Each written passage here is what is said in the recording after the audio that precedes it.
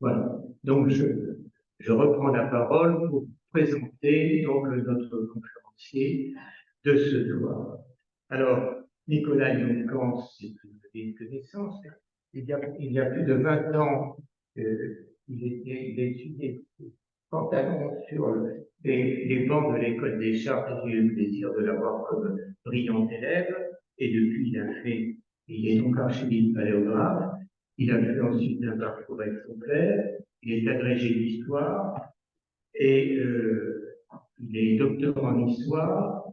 Il est habilité à diriger des recherches et il est membre de l'Institut d'histoire moderne et contemporaine du CNRS. Et il est maintenant chargé, enfin j'arrête parce que sinon la liste serait trop longue. Il a commencé ses premières recherches, être spécialiste du XVIIIe siècle. Il a commencé par rechercher un petit peu les jansénistes, et puis il a élargi un peu les choses, les jansénistes, leur fortune, etc. À travers cela, il s'est intéressé à l'immobilier dans Paris, et puis les banques, les acquisitions, etc. Et puis on est venu finalement à l'histoire de Paris, à l'histoire de la ville, et donc des gens dans le Paris du XVIIIe siècle. Et ce qui l'a conduit à publier un livre récemment sur justement on voit exactement le titre, vous le direz mieux que moi. Et c'est pour ça qu'il va nous présenter, justement, vous avez vu le titre, peut-être un peu décoiffant, peut-être pour certains d'entre vous, Saint-Germain-des-Salles, les politiques de nettoiement, hashtag, oui, les politiques de nettoiement urbain 16e, 18e siècle. Voilà, mais je lui laisse maintenant bien volontiers la parole.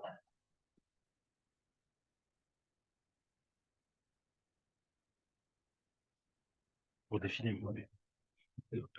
Bonsoir à toutes et à tous. Je remercie vivement la Société d'histoire du 6e arrondissement de m'avoir invité à présenter en partie les résultats de ce livre que j'ai écrit avec un collègue spécialiste d'histoire environnementale, Raphaël Mauguin. Et nous avons appelé ce travail « À vos poubelles, citoyens », dans l'espoir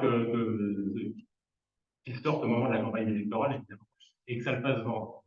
Le Covid est arrivé avec tout ça, donc ça a été un échec cuisant. Néanmoins, le livre est sorti. Donc, le but était de mêler histoire environnementale et histoire des politiques ou des participations civiques bourgeoises pour le monde d'avant la Révolution. Voilà. Alors, ce monde d'avant la Révolution présente de manière générale, Paris, mais pas seulement, un certain nombre de caractéristiques propres. C'est un monde où les déchets ne sont pas nombreux. Au sens propre, même, les déchets n'existent quasiment pas. Tout se recycle, tout se réutilise, et pour la bonne et simple raison que la consommation de masse n'existe pas. On est vraiment dans un univers très très différent. Les seuls résidus ultimes, ce que plus personne ne peut utiliser en ville, on a quoi? Des coquilles d'œufs, des tessons de poterie, quelques épluchures et des poussières et des matières fécales, humaines et animales. Pas de déchets industriels à proprement parler, tout se réutilise ou réemploie, hein, et les processus de production communiquent beaucoup d'une chaîne de fabrication à l'autre, donc on jette. Alors, quels déchets produit la ville? Bien, essentiellement des déchets des rues, des déchets des particuliers, hein, encore une fois, il va être par les causes des gens sur lesquelles je reviendrai. Les déchets des rues, c'est quoi? C'est la poussière accumulée, le produit de cheval, c'est vous parlez de l'organier, du XVIIIe siècle, d'autres animaux. Oui, évidemment, du travail de passage, des animaux. Et tout cela, en fait, en soi, c'est des déchets, parce que ça peut être réutilisé. On le transporte dans ce qu'on appelle à l'époque moderne des voiries, qui sont en fait des composteurs géants, des grands composteurs de taille de cylindre ou plus, dans lesquels on laisse macérer ces rues, qui sont ensuite réutilisés par les rivaux, comme dans les champs, dans le vol. Donc, après on va en parler, pas de déchets. Ce qui m'intéresse, c'est le processus par lequel on évacue ces résidus des rues. Et ce qui m'intéresse, c'est qu'en fait, la salubrité publique est une préoccupation constante des diverses autorités urbaines. On voit au chapitre en matière de voirie, au sens de la rue. Voirie, je suis désolé, il y aura tout le temps une ambiguïté légère entre voirie la rue et voirie l'endroit où on met les déchets en attendant pour faisait les discussions. Donc, qui on trouve? On trouve la municipalité, par exemple.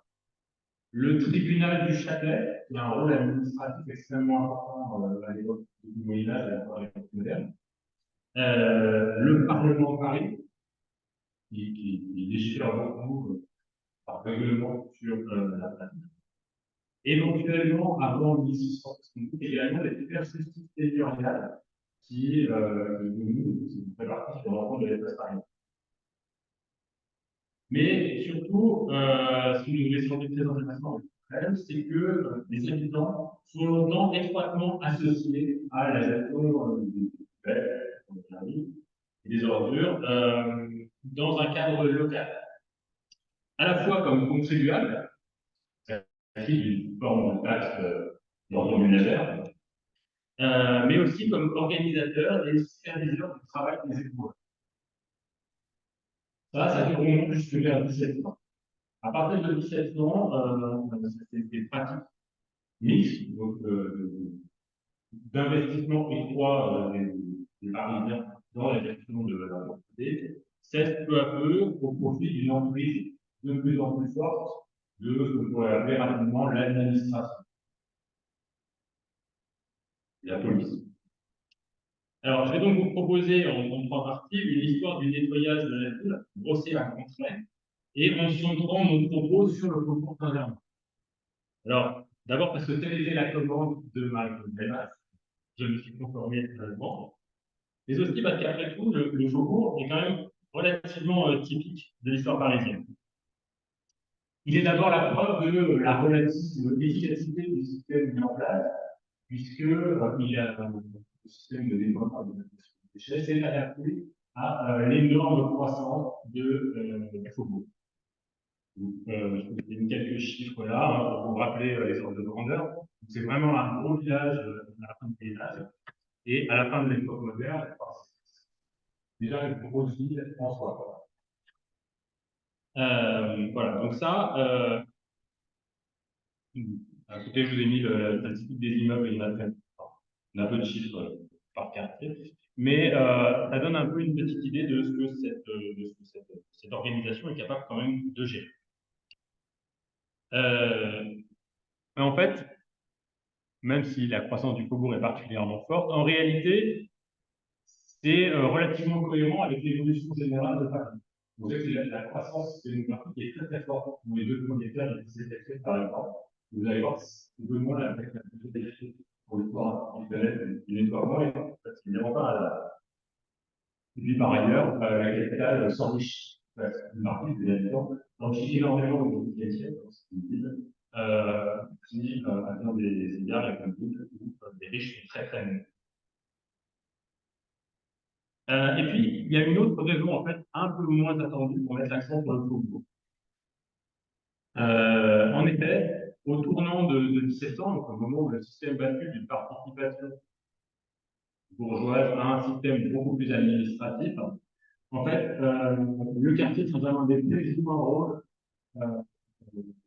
considérable, de manière totalement involontaire, mais c'est un espace de réflexion et c'est l'occasion d'un basculement des phrases, basculement d'ampleur. C'est une raison tout à fait annexe à l'histoire de la propreté, puisque les Jardins Reste est lié à la faillite de la paroisse de Saint-Sulpice.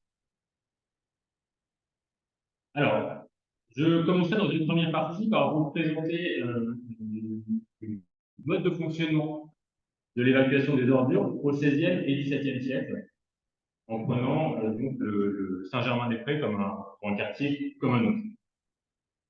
Alors, globalement, au XVIe siècle, comment ça se passe?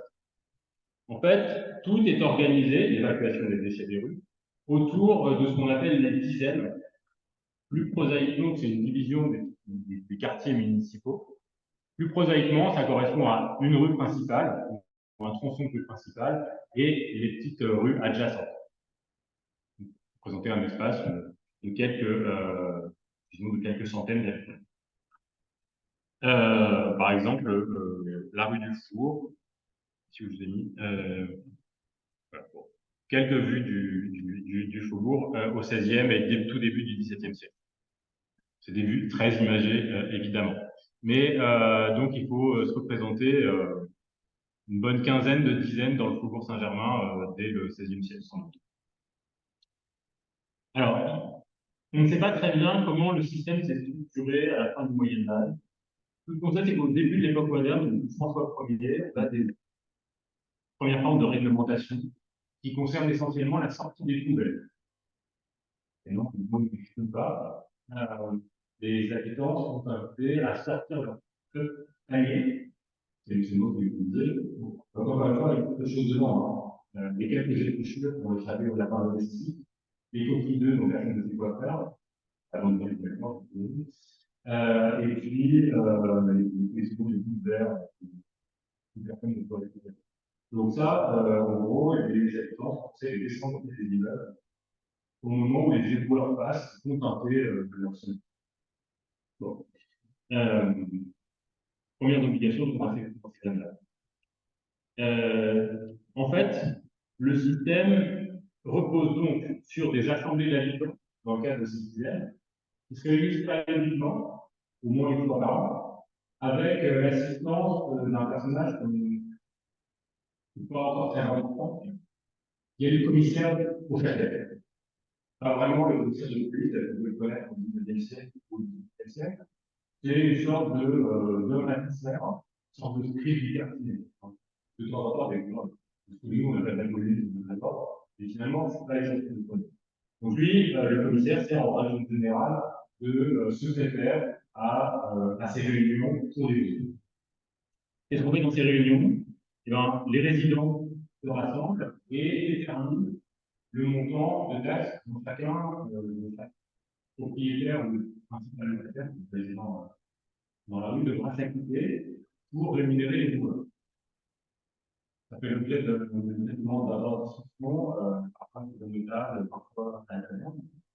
Le principe, en gros, à ce moment-là, c'est que plus la taille est grande, plus ça des noms que vous payez, plus vous faites d'ordre peut-être que vous payez. Une fois qu'on a déterminé le montant de la taxe, donc on a établi le rôle, on définit les gens pour aller retrouver cette taxe. Donc, on va faire 7 heures par l'Assemblée. Et la deuxième phase de cette Assemblée, c'est de passer un marché avec un éboueur pour assurer l'engagement de l'Église. Bon. Alors, on fait cette taxe dans la convention universelle sur les grands des ordres mondiaux. Les églises comme bâtiments et les maisons des commissaires de qui parviennent à défendre cette exemption. Peut-être aussi la classe de l'immeuble intérieur.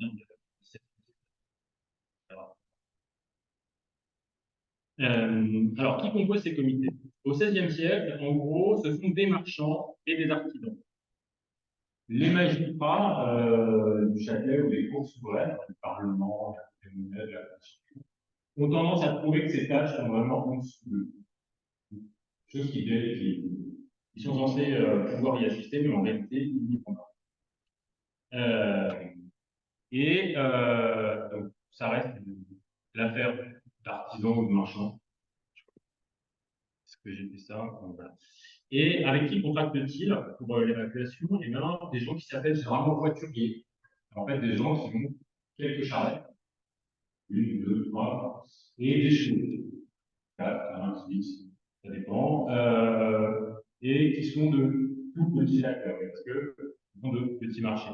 Là, je vous ai mis un exemple de contrat, parce que tout ça se fait, disons, sous le régime on appellerait consciemment du droit privé. Ça s'appelle le un contrat entre l'Assemblée des habitants du quartier et moi. Ah, ça va renouveler tous les ans, tous les 2 ans, tous les 3 ans. Au XVIe siècle, le rythme est assez variable. Donc là, typiquement, on a un voiturier par terre, qui habite dans la ville. Excusez-moi pour les fautes de frappe, qui s'appelle Pierre Laurent, donc près de la Croix-Rouge, donc vraiment au centre du bourg, près de l'église, qui s'engage donc envers les délégués du quartier. Il y a Richard Gillon, charpentier, et un pelletier, commis par justice. C'est la façon de dire qu'ils ont le droit de faire forcément la place et de contrôler le processus au nettoyage donc des bouts, des rues neuves et des petits bouts. Vraiment de tout. C'est des petits bouts de rue. Voilà. On fixe une durée, un calendrier qui, vous voyez, un calendrier de passage qui est encore assez léger, juste le samedi chaque semaine, et un montant, 8 livres, vraiment pas grand-chose. On en a d'autres, mais sensiblement pareil, en 1604 pour nettoyer la rue du Four, quelques petites rues autour, ben, ça fait 250 livres par an. Et c'est un marchand de chevaux et un marchand de vin qui s'occupe de passer le contrat avec un autre délégué par terre. Donc, on est vraiment dans le domaine de l'hyper local. C'est des toutes petites sociétés qui s'occupent de et des petits acteurs. Alors, je signale au passage, parce que j'y reviendrai pas vraiment, que la justice seigneuriale de Saint-Germain-des-Prés intervient à l'occasion, apparemment surtout pour le volant répressif. On sait qu'en 1550, il y a un conducteur l'aide d'un conducteur de tombeau, donc de chariot, qui habite près des Trois Faucilles, pas où dans le faubourg, qui a des ennuis avec la justice parce qu'il a procédé au déchargement illicite du contenu d'un tombeau de boue, donc, sur le quai au bord de l'eau, donc il a voulu le faire tomber dans la Seine, ce que lui conteste de le dire. Pourquoi? Parce que ces ordures, on n'a pas le droit de les mettre devant l'eau. Ah, vraiment, il y a des textes de l'hôtel de ville régulièrement. On est prié de les amener au champ ou aux voiries. C'est pas très clair, mais en tout cas, il faut les évacuer et progressivement les laisser reposer sur une durée qui va être fixée, idéalement au XVIIe siècle à 3 ans. À coup d'arguments médicaux, pas forcément très, très solides, mais il y a quand même un certain nombre de règles. Alors, avec quoi travaillent les éboueurs?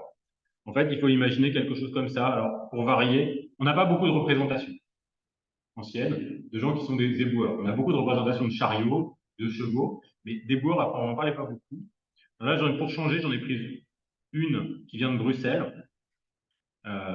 L'idée, c'est un tombereau à 2 roues, ouvert, avec 1 ou 2 chevaux. C'est plus souvent 2 à Paris. Un conducteur, donc là, on ne voit pas le conducteur, un balayeur et un retrousseur. Donc 2-3 personnes, en fait, autour de chaque chariot. Inutile de vous dire que c'est des objets qui, techniquement, ont assez peu évolué sans doute de la fin du XVe siècle jusqu'à la mécanisation qui commence pour la deuxième moitié du XIXe siècle. Donc c'est pour ça que je me suis permis de reprendre des photos d'objets, de véhicules de transport, parce que ça correspond à peu près à ça. Le seul changement notable, il est essentiellement administratif, en fait. Il est au cours des années Colbert, donc des années 1660, des prescriptions sur le volume, pour tenter d'uniformiser le volume de tous les acteurs qui servent au transport des boues. Ça permet sans doute de calculer au plus juste le paiement des éboueurs. Bon, de ce côté-là, ça bouge pas beaucoup. Et globalement, c'est un système qui ne repose avant tout sur le cheval et le piéton, pas sur l'évacuation par le fleuve. Donc, il y a une grande attention à ne pas polluer l'eau de la Seine, parce qu'ils savent bien que ça va avoir des conséquences extrêmement néfastes. L'eau de la Seine, ça sert à boire, à nettoyer, à couper le vin, mais en tout cas, on évite de la polluer. C'est une des grandes différences avec Londres, parce que Londres, les Londoniens rejettent volontiers leurs ordures dans la Tamise. Comme vous savez, la Tamise, c'est un fleuve autrement plus puissant grâce aux marées, donc c'est nettoyé beaucoup plus facilement. La Seine, c'est pas possible, donc on fait attention. Voilà. Après la désorganisation provoquée par les guerres civiles de la seconde moitié du XVIe siècle, se déroule une phase de privatisation, financiarisation du nettoyage de la ville. Donc en gros, elle va durer de Sully, donc le Premier ministre, ministre des Finances d'Henri IV, jusqu'aux années 1640. Comment ça marche? Ben là, il y a un entrepreneur unique, plus ou moins capable, souvent il est plutôt incapable, contracte avec la monarchie et s'engage à nettoyer tous les quartiers en échange d'un revenu qui est assis sur les entrées fiscales de Paris, en règle générale sur les droits sur le vin. Donc, on supprime l'idée de taxe des ordures ménagères, de taxe des boues, hein, et on affecte le revenu de l'entrepreneur sur un revenu fiscal. Donc, le problème, c'est qu'en temps de paix, ça va, mais en temps de guerre, quand la monarchie a besoin de récupérer des sous, la première chose sur laquelle elle remet la main, c'est l'argent des octrois. Ça pose déjà un premier problème d'instabilité relative. Et en gros, de 1600 à 1640, se succèdent un certain nombre d'entrepreneurs, de directeurs du nettoiement, qui ont toujours cette même casquette de logisticiens. Ils sont chargés d'organiser le nettoiement, mais aussi d'affairistes.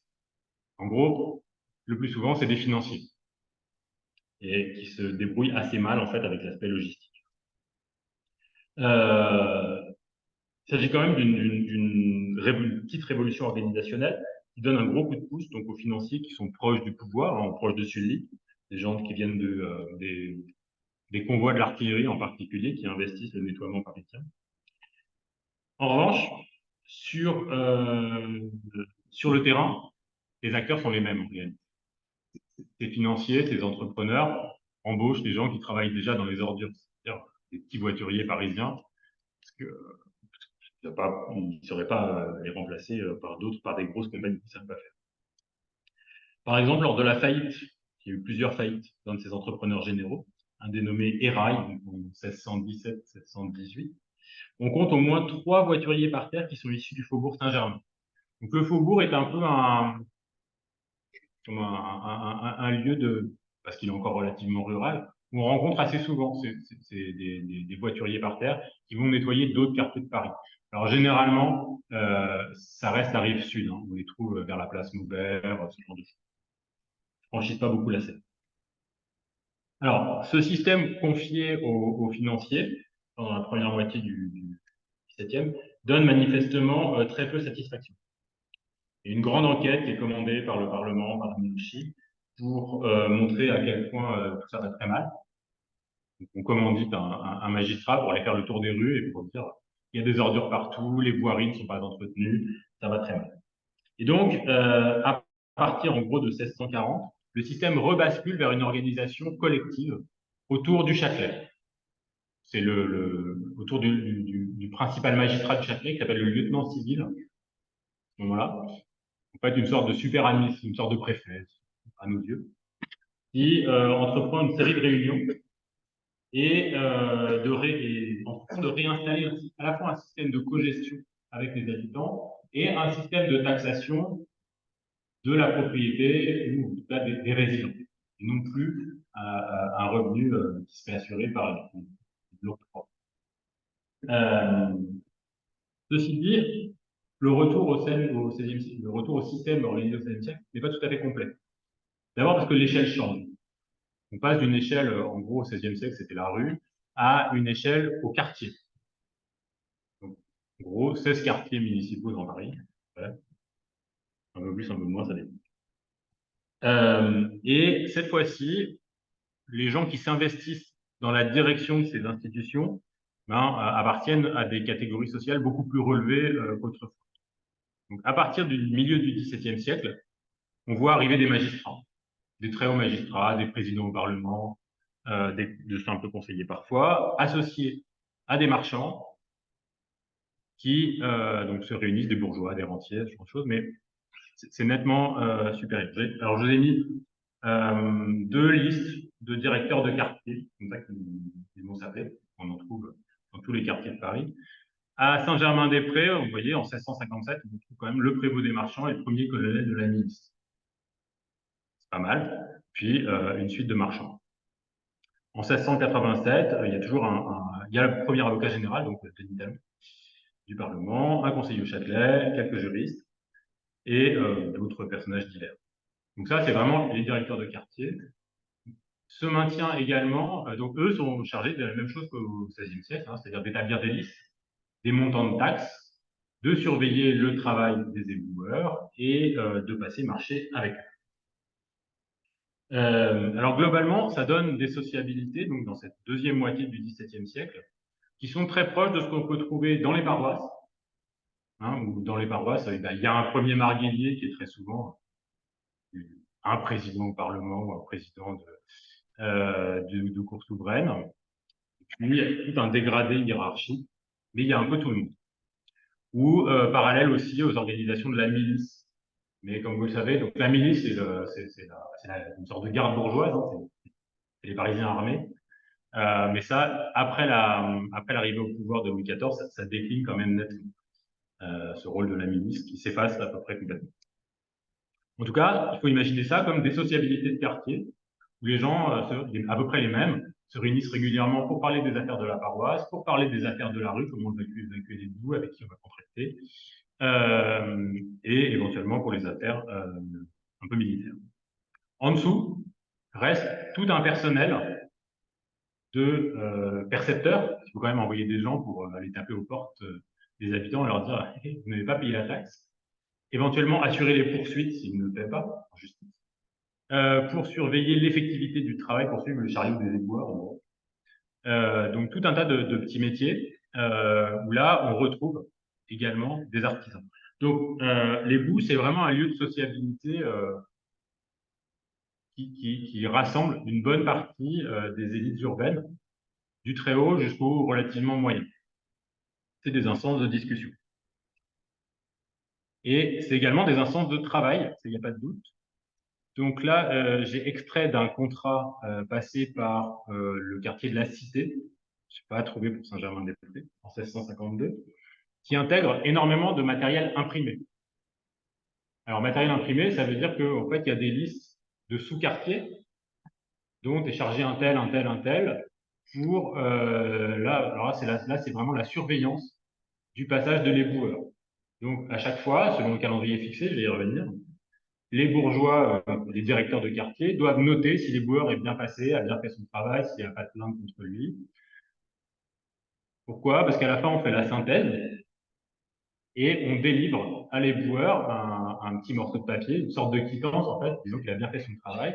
Et avec cette quittance, il peut aller se faire payer par celui qui tient la caisse. Bon, en gros, ils se font payer toutes les semaines. Il faut payer les ouvriers. Voilà, il faut imaginer donc un travail de paperasserie quand même assez considérable. L'imprimeur, le premier imprimeur qui s'est chargé donc, de tout ce matériel, c'est Sébastien Cramoisy, donc un des grands imprimeurs du milieu du XVIIe siècle. Donc, on fait quand même attention. Donc, ce système donc, va de pair avec un recentrement sur des quartiers cette fois, et donc on passe à des échelles de financement beaucoup plus considérables. C'est-à-dire, en gros, au XVIe siècle, je vous l'ai dit, on était sur des quantités de 10 à 200 livres. Je ne vous dis rien. Moi non plus, c'est pas très grave, mais c'est pas beaucoup. Deuxième moitié du XVIIe siècle, les contrats portent sur des sommes qui tournent autour de 10 000 livres en moyenne. Là, c'est un bon fonds de commerce, déjà, hein, un bon marché. Du coup, on constate une élévation assez sensible du niveau des voituriers par terre. C'est-à-dire qu'il reste des petits acteurs, mais on trouve de plus en plus fréquemment des gros transporteurs, des gens qui contractent par ailleurs pour transporter les bagages des hôtels royaux, des charrois d'artillerie, des gens qui ont une certaine stature, et c'est plus une ou deux charrettes, ils ont une vingtaine, une quarantaine de chevaux. Ça commence à devenir des gros acteurs. On en a quelques-uns des Donc, je crois que vous avez présenté un petit bilan financier parce que c'est pas inintéressant. Alors là, vous voyez à peu près, j'ai essayé de mettre en série les divers chiffres qu'on avait pour la part que le quartier Saint-Germain-des-Prés, dédoublé donc à partir du début du 18e en deux, il y a Luxembourg, c'est le même espace, représente dans les dépenses générales de nettoiement de la ville. Donc, vous voyez qu'en 1625, c'est la première commission que j'ai, ça représente 7,5%, et on arrive au milieu du XVIIIe siècle à peu près 20%. Donc là effectivement, c'est une façon de suivre la croissance urbaine du Congo. Il faut assez spectaculaire, c'est-à-dire quelques noms. Comment ça marche? Simplement, on ajoute à chaque fois des nouveaux contribuables, avec des nouveaux éléments, on ajoute au rôle des contribuables, et si, par ailleurs, on peut ajouter un peu les donc, à la fin du XVIIe siècle, les institutions, les directions de quartier sont donc des grosses machines. Saint-Germain-des-Prés, c'est un budget annuel d'environ 30 000 livres dans les années 1680. Parce qu'il y a les lignes, mais il y a également l'éclairage et l'antenne, sur lequel je reviendrai peut-être un peu à la fin si j'ai. C'est considérable, ça met en œuvre 12 tombereaux pendant les mois d'hiver et 5 pendant les mois d'été, au moins. Il n'y a rien d'exceptionnel à faire. Et il y a un coût qui est fixé par tombeau. Un marché assez régularisé. Puis à côté de ça, il y a à peu près un tiers, donc 2 tiers pour les coûts et un tiers pour la fourniture des lanternes. Je ne sais pas, je vais y revenir. Mais dans ces années-là, il y a plus de 600 lanternes à allumer. Alors, l'autre élément intéressant qui est un peu difficile à mettre en évidence, mais il n'y a jamais rien de très positivement écrit là-dessus, c'est que il semble bien que le mode de calcul de la taxe ait changé. Je vous ai dit au XVIe siècle, ça repose sur le toisé de la façade. Quand vous avez 2, 3, 4, 5 travées, la quantité d'ordures que vous produisez peut-être, et le standing du bâtiment, une porte cochère ou pas de porte cochère. À la fin du XVIIe siècle, manifestement, c'est devenu une taxe proportionnelle au loyer ou au revenu de l'immeuble entier. C'est jamais écrit très positivement, mais il y a un tas de considérations qui incitent à penser que ça fonctionne bien comme ça. Voilà. Donc ça, c'est un système qui globalement tourne pas si mal. C'est reconstruit donc dans la deuxième moitié du XVIIe siècle et qui est un système de participation qui couvre en gros l'ensemble des élus. Tout ça va basculer au cours du XVIIe siècle, du point de vue de l'organisation, pas des techniques, vers un univers tout à fait différent. Et il se trouve que le faubourg joue un rôle essentiel dans cette histoire. Essentiel, mais à la limite de l'anecdotique. Donc le quartier va être tout à fait emblématique des transformations du système à partir de Louis XIV, puis au cours du XVIIIe siècle, qui vont se caractériser par la concentration des marchés et la prise en main du secteur du nettoiement, du l'éclairage, par les services de la lieutenant générale de police, le Châtelet, d'une autre casquette. D'ailleurs, ce basculement vers l'administration entraîne un déficit de sources. Autant au XVIe, XVIIe siècle, tout se fait devant notaire en réalité. Et par chance, Paris a conservé énormément de billets notariales. Autant au XVIIIe siècle, tout va se faire, ou presque tout va se faire, au sein de l'administration policière, dont les archives ont quand même à peu près totalement disparu au début de la Révolution. Donc ça, on est un peu sur notre fin sur bien des choses. En tout cas, c'est tout à fait le quartier tout à fait significatif de la forme de métropolisation de la gestion de la ville par les autorités. Les quartiers tendent à disparaître de l'horizon de l'horizon administratif. On passe d'une ville qui est faite d'un assemblage de quartiers à une ville qui est gérée par une administration, par des administrations, mais comme une totalité, avec éventuellement un petit découpage qui sert à ajuster les choses. Et on a inversé le sens de la pyramide. Les quartiers deviennent un simple cadre territorial et plus politique. Alors, la première étape de prise en main, c'est la réorganisation des découpages spatiaux. À partir du début du XVIIIe siècle, se mettent en place des quartiers de police, donc liés au Châtelet, donc à l'hôtel de ville. C'est un peu compliqué. Voilà, ça, c'est les quartiers utilisés par le Châtelet, qui sont très fortement liés, en fait, à l'administration des villes. Dans ce système, le faubourg est coupé en 2 entités. Donc, le quartier de Saint-Germain-l'Auxerrois. Ah oui, si je me tourne pour le commenter, vous m'entendez. Alors, au nord, le quartier de Saint-Germain-des-Prés, et au sud, celui du Luxembourg. En gros, ça correspond à la paroisse Saint-Sulpice, même placée après.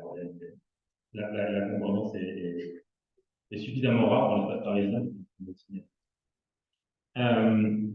Voilà, c'est dans ce cadre, désormais, à la place des quartiers de la ville, sensiblement différents désormais, que va se jouer l'organisation des villes. Mais, par contre, l'ancien découpage du quartier de la ville reste le découpage fiscal qui sert à la perception de la taxe d'usine. Ça a introduit une complexité supplémentaire sur laquelle je vais m'étendre. Donc, premier changement, il est territorial. Le second changement, il est dans le financement. En 1704, la monarchie propose aux directions de quartier de racheter la taxe. Clair, de verser un montant, un capital important, correspondant en fait à 16 années de taxes d'égout, de taxes annuelles d'égout, contre l'assurance que désormais, c'était la monarchie qui allait prendre en charge financièrement le nettoyage. Ça s'est fait. Donc, il a fallu que les quartiers, les contribuables, paient d'un coup 16 années de taxes. La monarchie en 1704, ils n'ont pas eu la succession d'Espagne, il y a besoin d'argent dans la semaine. Ça les autres fait.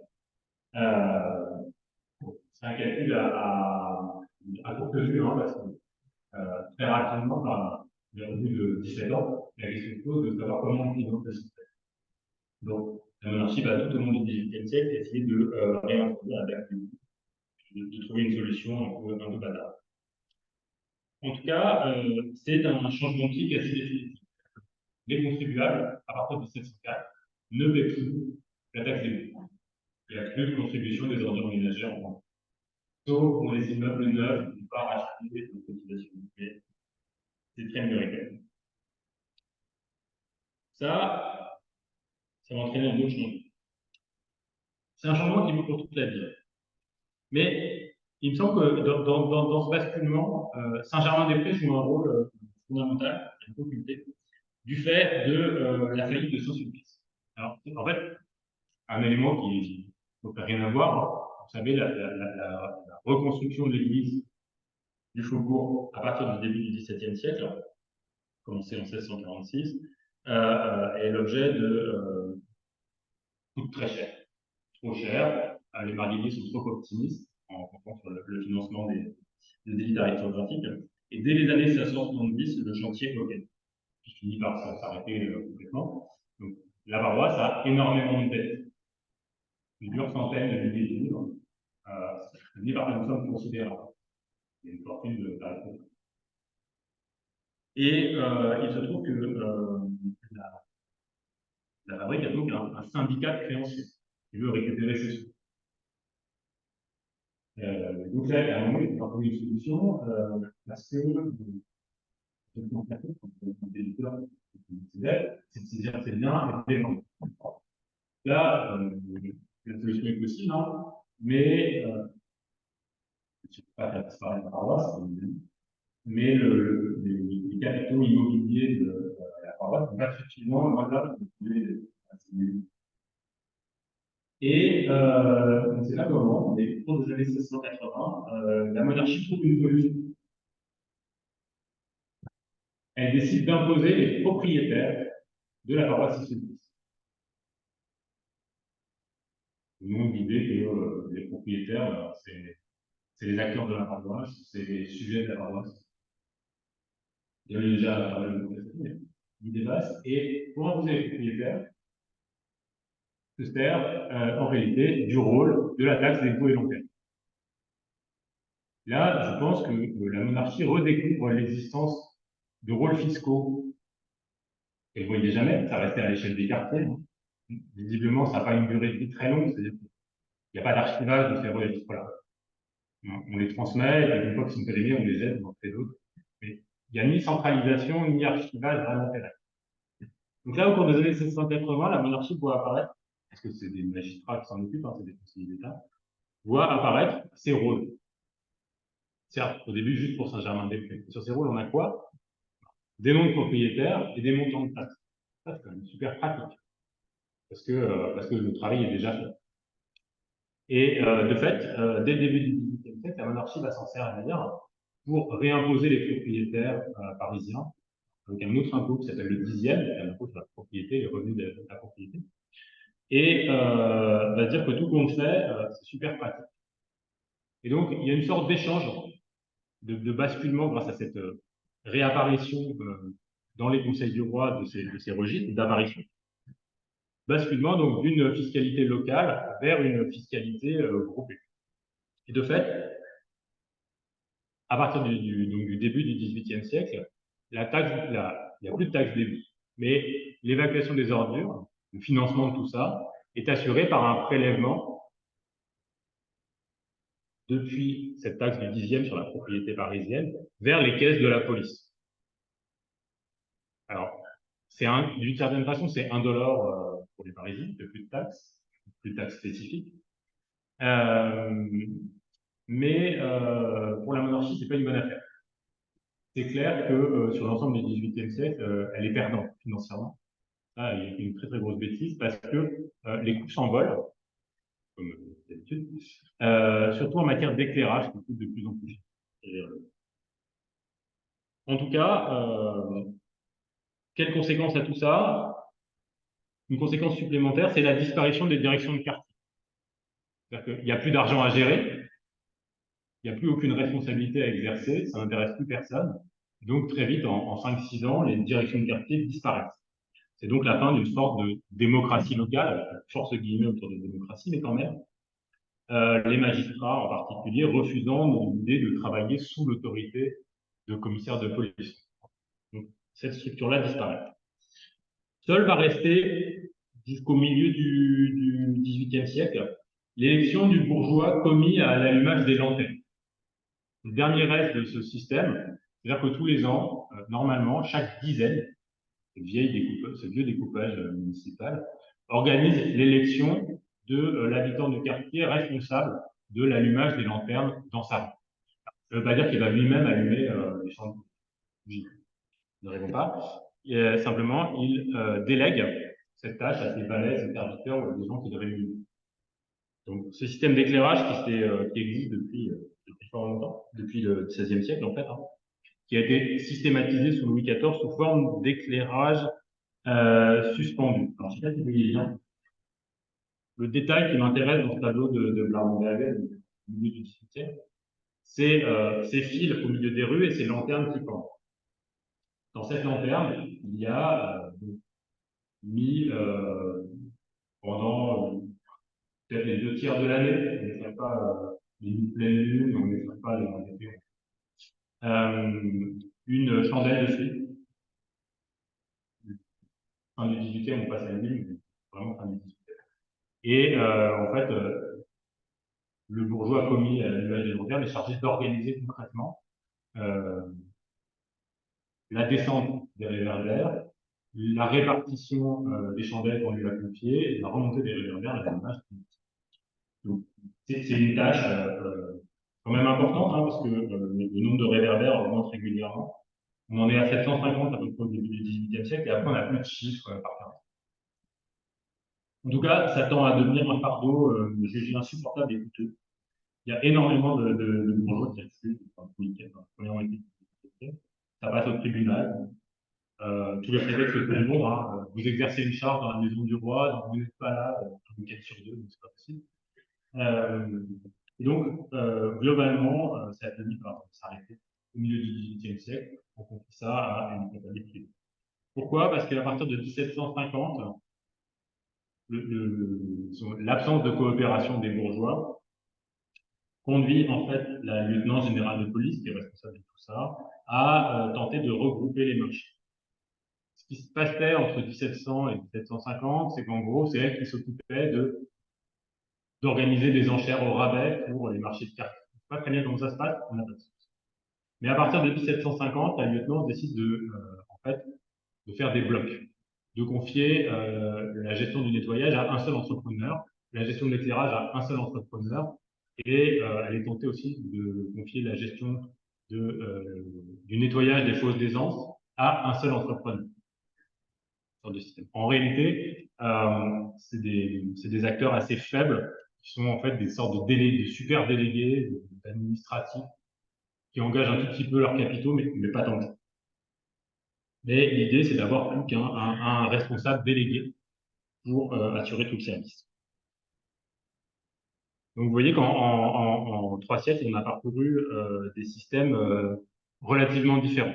16e siècle, tout petit marché de quartier, tout petits acteurs, délégation au privé, d'une certaine façon, à un financier, 1600-1650, 1650-1700, de la notabilité de quartier, 1700-1750, la lieutenant générale de police qui fait tout, presque toute seule avec un peu de coopération, et à partir de 1750, un entrepreneur général pour chaque domaine, pour chaque spécialité.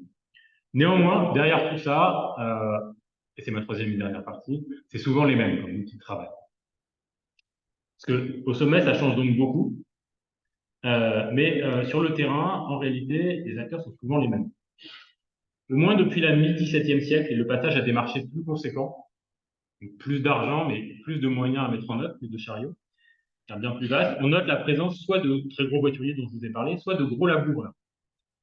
On va revenir sur ce que c'est qu'un labour. L'essentiel, c'est de posséder un certain nombre de chevaux, au moins 10, ce qui est déjà beaucoup. Un cheval, ça coûte cher et ça mange beaucoup, le cheval. Ça mange. Donc l'entretien du cheval coûte cher. Et au moins 4 ou 5 tombeaux. Alors, le cas de Saint-Germain-des-Prés est assez intéressant parce qu'on peut constater une assez forte résilience d'indigènes, d'une certaine façon, face à une offensive générale d'un clan des boueurs, laboureurs, voituriers, du nord-est parisien.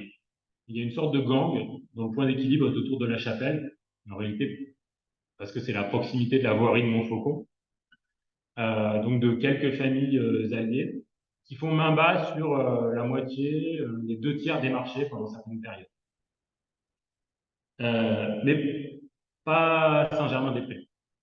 En tout cas, Saint-Germain résiste assez longtemps. Dans les années 1640-1650, le quartier, et l'évacuation des eaux du quartier, est tenu par un dénommé Jacques Billot, qui a attesté au moins de 1643-1657, qui est un individu qui, dans les actes, est tantôt qualifié de voiturier par terre, tantôt de laboureur. Alors, à son décès, en 1660, il n'a qu'une seule charrue en réalité. Donc, qui a l'air assez vieille, il n'a pas l'air de servir beaucoup, mais au moins 8 chevaux dans ses écuries et qui fait dans le transport de charge. Hein, on signale dans son inventaire après décès qu'il y a un de ses véhicules qui est parti à la campagne avec les bagages de Mademoiselle d'Orléans. Il faut imaginer un acteur disons, qui a une certaine forme de polyactivité autour du transport. Il transportait des bouts, transportait des bagages, transportait des gravats. Finalement, c'est un peu le même boulot. Alors, comme il est un peu limite, parce que le quartier est grand, il n'est pas tout seul. Il s'associe de temps en temps avec un fabricant de tuiles, donc dont on peut supposer qu'en fait, il a aussi des chariots, parce que les tuiles, il faut bien les transporter directement à ses clients. Ça doit être la seule raison pour laquelle il fait ça. Donc, Jacques Billot est donc un laboureur alphabétisé, il a une très belle signature, ce qui n'est pas le cas de tout le monde dans le faubourg dans ces années-là. C'est une sorte de petite bourgeoisie rurale, donc des faubourgs. Et il s'insère dans une famille qui associe donc, les travaux agricoles un peu quand même, et des tâches annexes, la brasserie, la manipulation des grains, hein, après tout. Et puis également la brasserie, il faut transporter la bière assez vite en réalité, elle ne se garde pas. Donc là aussi, il faut au moins deux, trois charrettes. Donc c'est des gens qui ont du matériel de transport. Et puis, ce Jacques Billot, donc, qui assure les bouts du quartier au milieu du XVIIe siècle, est également familialement lié à un chandelier qui est chargé de fournir les lanternes du quartier, enfin les chandelles du quartier. André Pochet, peu importe. En tout cas, vous voyez qu'il y a un certain nombre de familles qui, pas spécialement riches, mais qui parviennent à s'insérer dans cette espèce de logistique de la propreté et de la salubrité, sans doute en dépendance par rapport aux directeurs de quartier, hein, ça des clients des grands magistrats, mais qui arrivent à se faire leur trou et à assurer leur survie, voire leur aisance économique. Alors évidemment, avec le temps, et plus l'urbanisation progresse, plus les fermiers sont lointains. Vers 1740, on a ainsi le fermier de la ferme Sainte-Anne au Petit-Gentilly, qui en fait, aujourd'hui, voilà. Il en restait ça en 1850 de la ferme Sainte-Anne. C'est l'hôpital Sainte-Anne actuel, hein. Alors, associé à ce local, on trouve quand même un voiturier venu de la rive droite, par exception, qui vient du faubourg Saint-Laurent, Henri Boiseau. Donc, le faubourg résiste, mais pas totalement quand même. Bon, ceci dit, il ne faut pas non plus totalement opposer deux groupes, hein, les voituriers et les éboueurs du Nord-Est, et puis le petit groupe de Saint-Germain-des-Prés, parce que Claude Pigalle, qui tient le quartier de Saint-Germain vers 1700, qui est installé sur place, est en fait le fils de voiturier par terre de la rue de la Mortellerie. Donc, c'est pas vraiment un autochtone du faubourg d'une certaine façon. C'est un vrai Parisien, mais du centre de Paris, qui est dans le transport, qui s'installe ensuite dans les faubourgs pour faire un peu de labour, un peu de mise au vert des chevaux et les bris. L'élément qui explique un peu cette résistance des laboureurs du cru, c'est la présence de la voirie. Alors la voirie, je vous l'ai dit, là, c'est le dépotoir. On les met au champ, c'est-à-dire là où il y a de la place. Et l'histoire des voiries, c'est l'histoire d'un paradoxe parce que elles sont perpétuellement rejointes par l'urbanisation. On est censé les mettre loin parce que ça sent pas bon. Mais elles sont elles-mêmes un facteur d'urbanisation parce que pour accéder à la voirie, il faut absolument paver. Parce que sinon, l'hiver, les tombereaux, ils passent pas. Donc, toute installation de voirie, tout déplacement de voirie entraîne le pavage. Le pavage entraîne assez rapidement l'arrivée de maisons, d'immeubles. Et au bout d'un moment, on finit par juger l'emplacement de la voirie totalement inadéquat. Et donc, il faut la reporter plus haut. Bref. En tout cas, Saint-Germain-des-Prés héberge plusieurs voiries. Alors, il y en a une. La première, là, je pense qu'elle n'est pas très visible. Rarement c'est excessif, mais c'est pas fréquemment noté sur les plans de Paris. Là, donc, on a les notes de Delacroix. Je ne sais pas si vous voyez très bien. Au centre, vous avez les incurables. Ah oui, c'est vous qui avez la... Voilà, les incurables. Et si vous vous décalez légèrement vers l'ouest, donc là, vers l'est, vous avez Paris. Maintenant, repartez des incurables. Voilà, là, encore un tout petit peu. Il y a une tache. Et juste en dessous de la tache, voilà, on distingue cet espace-là, qui est vers la rue vers la rue Rousselet aujourd'hui. Déjà, la rue des Rousselet. Mais en fait, c'est la voirie. Alors, la voirie, à quoi ça ressemble? En fait, c'est pas compliqué. C'est une longue parcelle en lanière. Là, je pense que c'est plus large que ce dont on descend de la mission. Creusé, avec une voie d'accès qui passe le long du mur, là, de la parcelle, et ce qui est signalé dans le cercle, ce sont des maçonneries qui permettent de faire des rangs, qui permettent sur un lot, en bas, en haut, de déverser le son de la. Donc, vous imaginez un monde où en espace, ça circule beaucoup. Pourquoi? Parce que les gens disaient que les joueurs ont débouché par exemple. Et par ailleurs, les gens allaient chercher le compost qui finalement reste. Donc il y a un mouvement de va-et-vient permanent. C'est censé vider régulièrement les poids qui ne devraient normalement pas être débordés. De fait, ce n'est pas très fréquent. Et évidemment, donc l'urbanisation galopante du faubourg recule ses voiries. Et à partir du milieu du XVIIIe siècle, vous voyez, elles sont au-delà de l'enceinte. Donc là, vous voyez cette voirie-là, qui est aujourd'hui à peu près l'emplacement de la deuxième bordel, de la gare Gabriel. Vous avez là ce qu'on appelle la rue des Fourneaux, un chemin rural, et qui en fait, qui est pas vous avez, à partir du moment où il y a la rue. Et autour de ces voiries, donc, l'idée c'est que pour les éboueurs, l'idéal c'est d'être à mi-chemin entre le quartier du nettoie et la voirie, pour limiter les déplacements, que vous pouvez les payer de la journée. En été, ça va, mais en hiver, le temps de jour, ça l'est. Par exemple, en hiver, il y a souvent des glaces et des glaces avec la glace. Donc, toute localisation à proximité des voiries est à priori rentable. Et les autres acteurs qui s'installent immédiatement à proximité des voiries, ce sont les vigilants systématiquement et assez souvent. Alors là, en fait, la voirie de l'enfant Jésus, elle est doublée, on ne voit pas là-dessus, mais elle est doublée d'une voirie exprès pour les matières fécales. Exactement comme un bruit de fond, il y a des choses exprès pour nous. Il ne faut pas mélanger les vidéos des rues, et les humains, ça demande des temps de Bref. Donc là, autour de cette voirie, eh ben, on trouve un certain nombre d'acteurs des vidangeurs. Des vidangeurs qui ont eux-mêmes une forme de pluriactivité. Ils élèvent souvent des bestiaux, des vaches. Ils font laiterie, engraissage de bestiaux. En tout cas, la voirie maintient une forme d'activité rurale au lisière de la ville, de manière assez intéressante.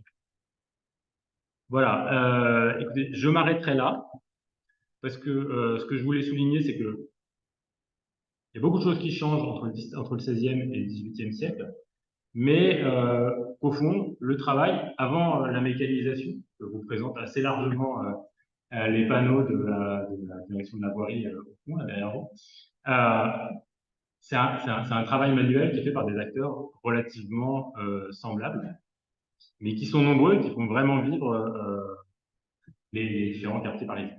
Je vous remercie.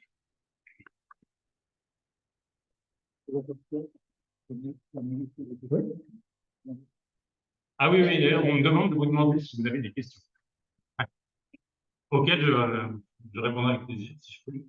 Et bonsoir. Le contrat de 1551 est choix à la Saint-Jean-Baptiste. Je voudrais simplement savoir si le calendrier chrétien était systématiquement utilisé et si oui, jusqu'à quand. Alors, c'est une bonne question. Oui, c'est classique parce que ça correspond au terme des loyers, vous savez. Donc, oui, ce que vous disiez, Bruno Delmas, c'est que la Saint-Jean-Baptiste n'est pas tellement la fête, c'est que c'est devenu une date dans le calendrier où payer les loyers, les échéances de rente, ce genre de choses. Globalement, non, il peut arriver au 17e, on trouve des contrats qui doivent s'étaler de janvier à décembre. Mais c'est pas le plus commode parce qu'en fait, bon, ça peut arriver. Il n'y a pas même si ça va avoir l'importance. Ce qui varie plus, c'est la durée du contrat.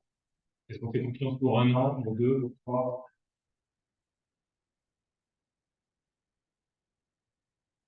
Bonjour. Vous dites que dans les chaises, la côte des vétos, on vient pour des poussières et des gravats. Et du coup, est-ce qu'il y a des rats en bloc? Ah, alors, ça j'ai vu passer, si je ne me trompe pas, le rageux parisien est arrivé au XVIIIe siècle. Je peux répondre, mais je sais qu'il y avait des critères extrêmement sérieux là, pour savoir ce qu'est le rat parisien actuel par rapport au rat ancien. Donc la réponse est de toute façon, il y a des souris et des rats, parce qu'il y a des douaniers, les végétaux, il va forcément y en avoir, mais pour beaucoup, en tout cas, tout ce qui est régime du marché, en règle générale, ça fait l'objet de marchés particuliers, précisément. Il y a des paysans, des cloisonniers qui s'engagent à la fin du marché à évaluer tout ce qu'il y a de nouveau. Par exemple, on sait que quand il est nourri les matins, c'est pas vraiment une blague. On sait que il y a des lapins domestiques qui peuvent améliorer le quotidien. Et ceux-là, ils vont bien les nourrir avec des nouveaux carottes. Et globalement, on a quelques traces de souillés.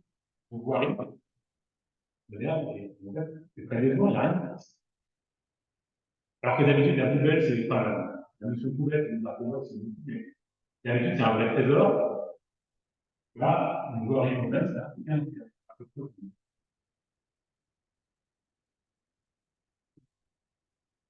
Wow, merci pour votre exposé. Donc, je vais vous prendre une question.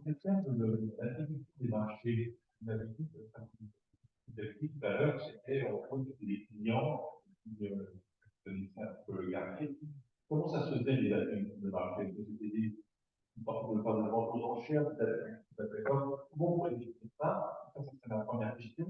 La deuxième question, c'est en ce qui concerne quelle différence entre dépotoir et pouvoir des exemples. Et puis, troisième question, vous avez dit qu'à un certain moment, il y avait des, au début,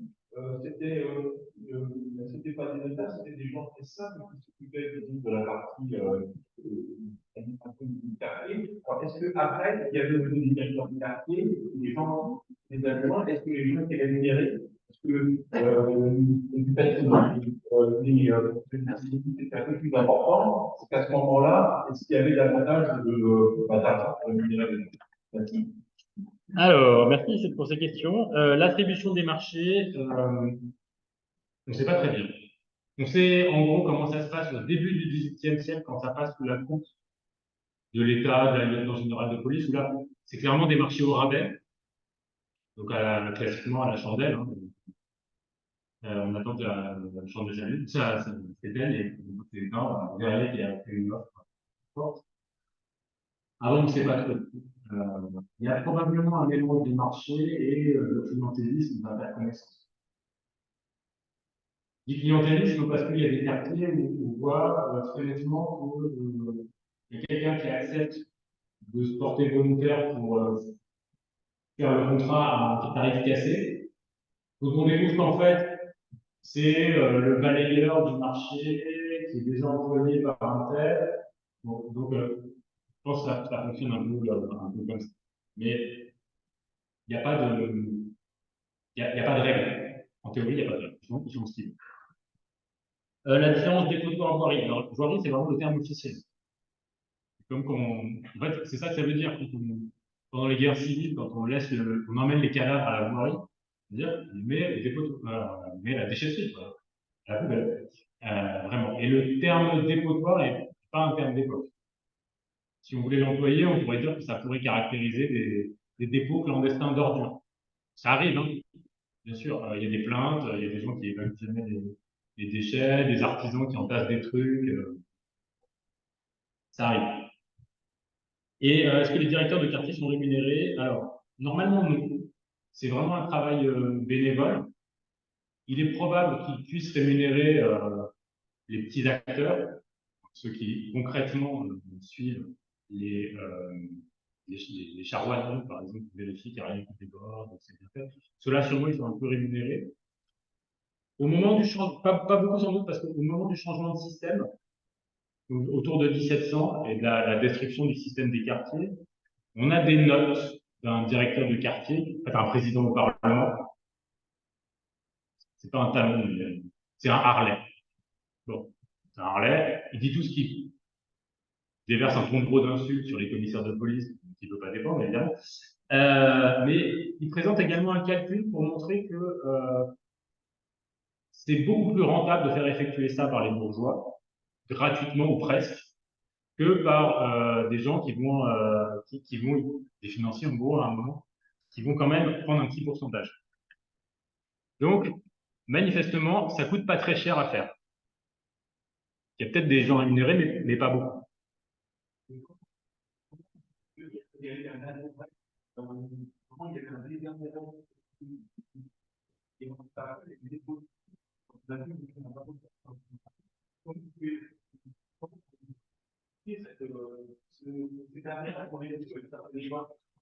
Bah, l'intérêt, il est dans la gestion de la chose publique. Vous avez une responsabilité, vous gérez l'argent collectif. C'est le même principe qu'on retrouve dans les paroisses. Vous gérez l'argent de la part, vous gérez l'argent collectif, c'est une responsabilité. Ça vous confère une dignité. Même chose pour les communautés de métiers, par exemple. Vous êtes responsable de la caisse de la communauté, c'est pareil. Donc, ça s'insère, en fait, tout ça s'insère dans un système de, comment dire, de cursus honorum, hein, où vous empilez les charges les unes sur les autres parce que vous montrez que vous êtes un individu capable de prendre en charge le bien commun. Vous êtes, en gros, vous êtes un magistrat à votre échelle. À partir du moment où il n'y a plus d'argent à gérer, ça n'a plus aucun intérêt. Pas tellement qu'on puisse pas se le mettre dans la poche, mais c'est que on n'est plus responsable de rien. Oui, bonsoir, merci pour cette présentation. J'ai juste euh, dans ces fameux contrats de nettoyage, est-ce que les transporteurs avaient obligation de se rendre à une même voirie? Alors, Ouais, on peut dire leur destination. au XVIe siècle, c'était pas très clair. Dans la plupart des contrats, les voituriers sont censés emmener les déchets. À partir du milieu du XVIIe siècle, les choses sont stabilisées, il y a des itinéraires tournés en fait, de collecte, avec des itinéraires fixés. Il y a également une voirie assignée par quartier. Que la cotisation des plus modernes, on entretient que la fait aussi par le travail de donc là, en théorie, à ce moment-là, les voies n'ont plus de choix. Les voies, on met à la voirie du quartier. Ce qui arrive de temps en temps, plus ou moins fréquemment, selon les sources qu'on utilise, c'est que les éboueurs s'arrêtent en route et vendent une partie de leur chargement à des paysans. Laissent des tas sur le chemin. Voilà. Manifestement, ça arrive. Dans les périodes où on manque d'engrais, sans doute. Donc, il y a une corruption, hein, disons, des éboueurs par les paysans qui sont prêts à mettre la main sur un peu d'engrais sans attendre qu'il ait passé 3 ans.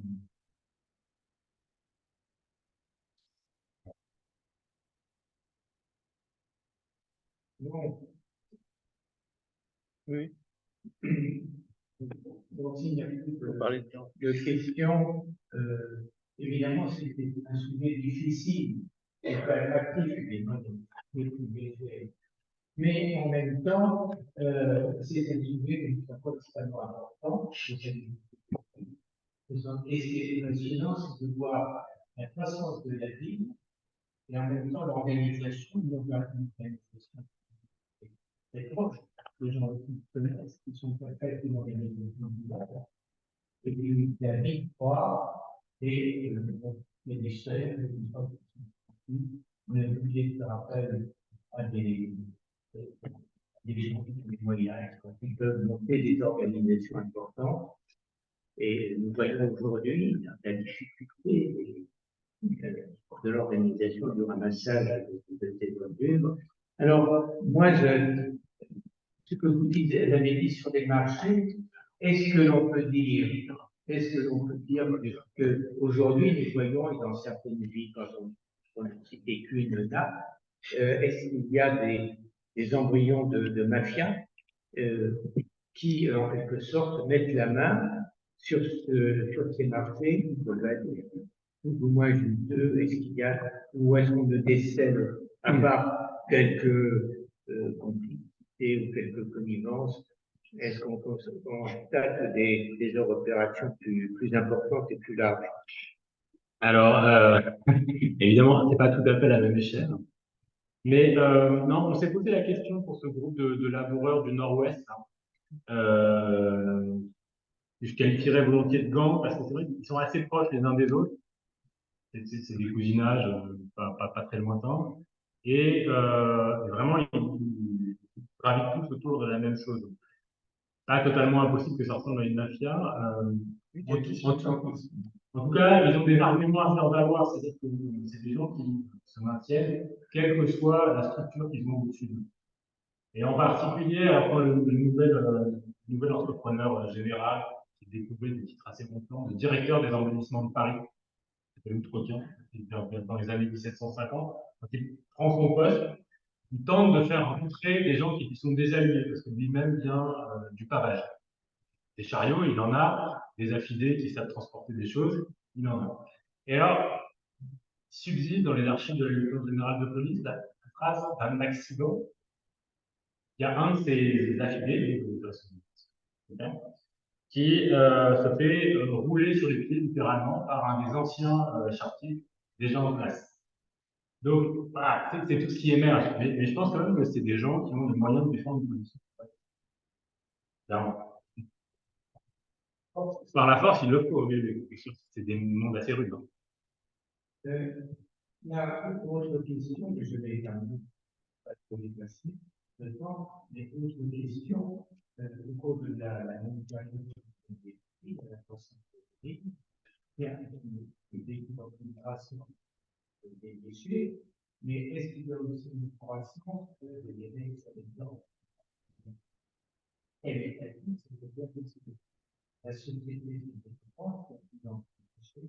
Est-ce que la règle de l'être de demander quelque chose des choses comme ça, des travaux, et de laisser de côté, par exemple, des études, est-ce que cette règle perdue au long de la période, et est-ce qu'on voit apparaître de nouveaux types de déchets? Alors, ça, c'est vraiment une bonne question. Parce qu'on fait quand même que Paris consomme beaucoup, de plus en plus de marchandises. Néanmoins, pas une problématique qui est souvent soulevée.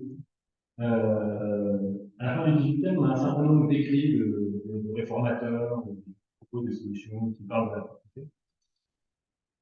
Et qui décrivent quoi? Eh ben, des collecteurs ambulants de reste de morceaux de verre, de ferraille. Des gens qui passent visiblement d'immeuble en immeuble, récupérer tout ce qui peut déjà, nous, on appelle la digitalisation. Voilà. Les mots d'accueil, Tout est récupéré, sans doute dans des statuts où on ne connaît pas bien, mais qui sont sans doute à voir avec les technologies négatives. Donc, et tout un tas d'objets abandonnés qui pourraient potentiellement servir à la plasticité. On a un procédé radiologique comme ça de garde qui découvre du canal du grand époux, des barres de fer. Et là, c'est la panique à bord, parce que c'est pas normal de faire, vous savez, des voleurs, c'est la case de voleurs, c'est pas normal que des déchets soient abandonnés. Il y en a quasiment.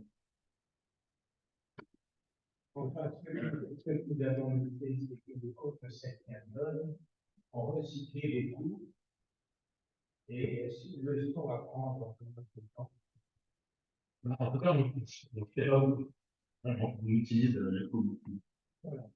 Bon, merci encore infiniment d'avoir fait. Bah, merci. Voilà.